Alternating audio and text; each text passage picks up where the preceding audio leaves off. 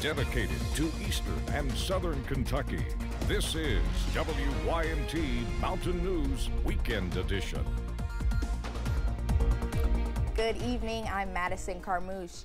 Yesterday's rally car racing event was just one of the examples of the way motorsport has reached the Commonwealth.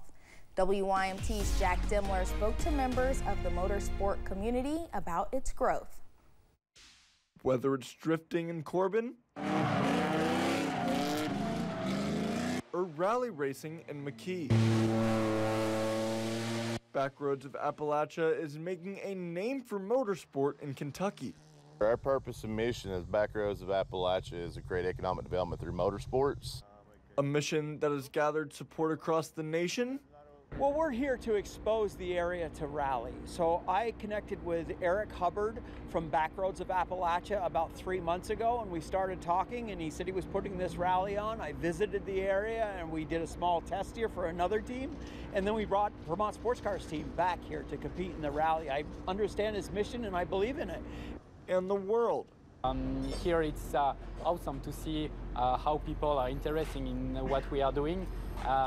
So yeah, I hope one day this sport gonna grow up and deserve the amount of people we need to race and to spectate the race and everything. So no, it's great to share it with young children and also with teenagers and adults and all the people around McKee. But for Hubbard, it is just as much as what they teach off the road. We went to the elementary schools in Jackson County, and we talked about rally, but most importantly, we talked about math, science, and staying in school and listening to your parents or grandparents. Using the growth of a sport to share valuable lessons. In McKee, Jack Demler, WYMT Mountain News. Hubbard says he hopes to build rally racing to bring a national race into Kentucky. We will hear more from the drivers on the impact of motorsport in Kentucky tonight at 11. It's National Drive Electric Week in the U.S., where folks are raising awareness of the many benefits electric vehicles can have on communities.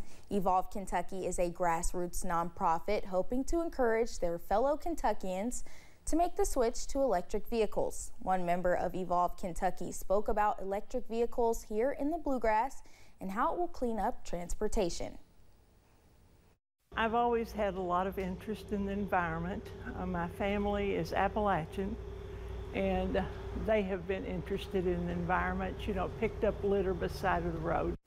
Gail says that she has only had her electric vehicle for about 3 weeks and is excited to be a part of improving sustainability.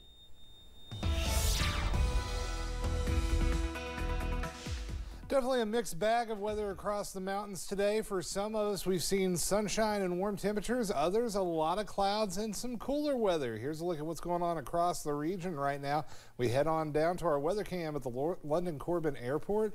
72 degrees with a mix of sun and clouds, although those clouds are thickening up. Mainly overcast skies here in downtown Hazard, where it is currently 63 degrees.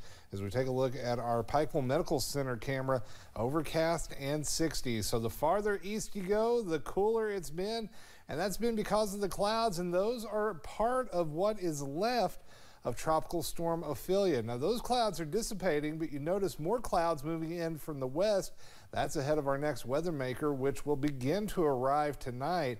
And that will bring mainly cloudy skies to the entire region tonight. So temperature is a mixed bag. It's still 80 right now in Monticello, 79 in Somerset, 72 in London, 71 Manchester, 63 in Jackson and Prestonsburg. We're going to take it into the upper 50s tonight with mainly cloudy skies and watching for some patchy fog.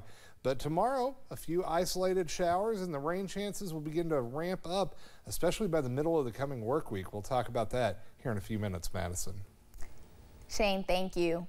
A former EKU professor accused of hiding cameras in the campus bathrooms is scheduled to appear in court.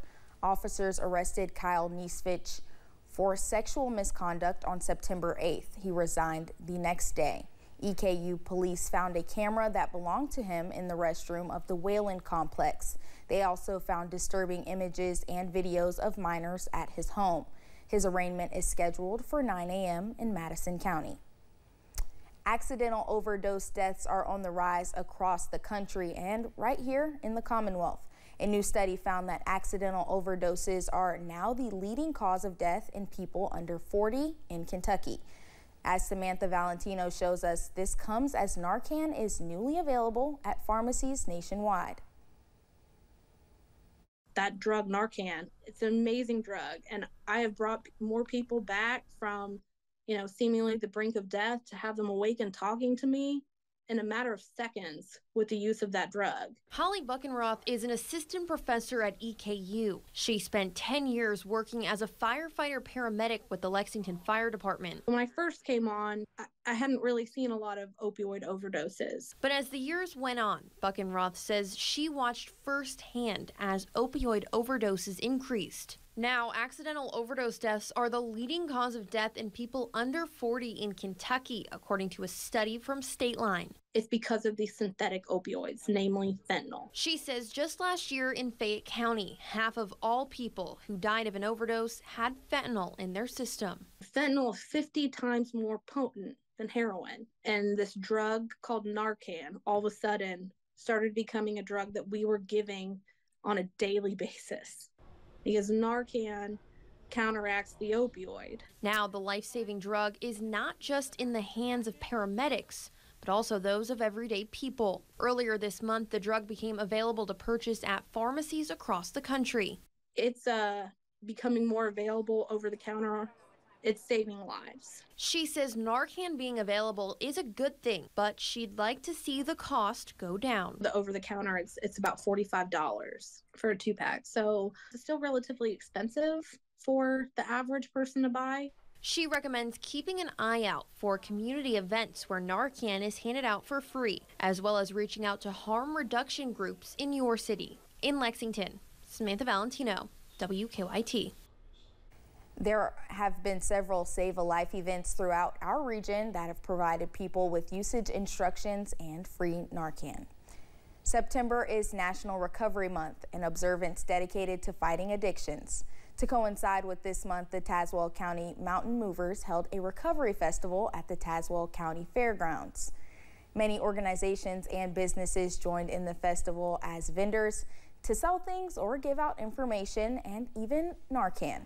Live music from multiple genres joined the festival to promote the idea of celebrating without substance use. There were also solemn moments in the celebration, like a recovery testimonial, a memorial walk for those who lost their fight against addiction, and a memory wall to display their pictures. We want to open up and let the community know that that it's okay. Give the community just a little more insight on how to help address maybe somebody that's in their family that is struggling with addiction or something like that. That there is hope. Cash says they hope to hold more events like this throughout the year. If you would like to keep up to date on when those will be, he encourages you to follow Mountain Movers Tazewell County on Facebook. The Morgan County Sorghum Festival wrapped up today. The festival celebrates crafters and artisans in the region where they are able to sell handmade items. This year, there were more than 50 vendors at the festival. Festival Chair Belinda Jordan says this weekend has been perfect in all aspects. It's been a beautiful weekend. The crafters' sales have skyrocketed this weekend. The park with the freak things for our youth has been a major hit. Some of our food booths have already sold out. It's been an amazing weekend for Morgan County and downtown West Liberty. It's been perfect, perfect, perfect. Jordan says seeing all of the crafters have the opportunity to sell handcrafted items makes the festival better every year. We will have more on why some crafters return year after year tonight at 11. And a country artist announced he has removed himself from his upcoming performance at the Western Kentucky Festival due to questions surrounding his sexuality. Gay country artist and Russellville native Adam Mack made the announcement on TikTok, saying he received a phone call from someone on the festival's board who told him that there were some board members and people in town concerned about what kind of performance he would be putting on at the festival, and wanted to ensure that he would not be promoting, quote, homosexuality or sexuality in a family-friendly environment, end quote. He goes on to explain in the video that he learned there were people in the town that were very upset that they would have a gay person headlining the festival, and says those people are protesting, showing up at the chamber, making comments both online and to the chamber that they will be holding protests. Matt goes on to say he debated whether or not to perform at the festival before ultimately deciding to cancel his performance. Coming up on Mountain News Weekend Edition, Tropical Storm Ophelia brings heavy rain and strong winds to parts of the Atlantic coast. And it's actually some of the clouds from Ophelia that has brought us some cooler weather across portions of the mountains. We'll take a look at where those clouds are heading and if there's warmer weather in the forecast on the other side of the break.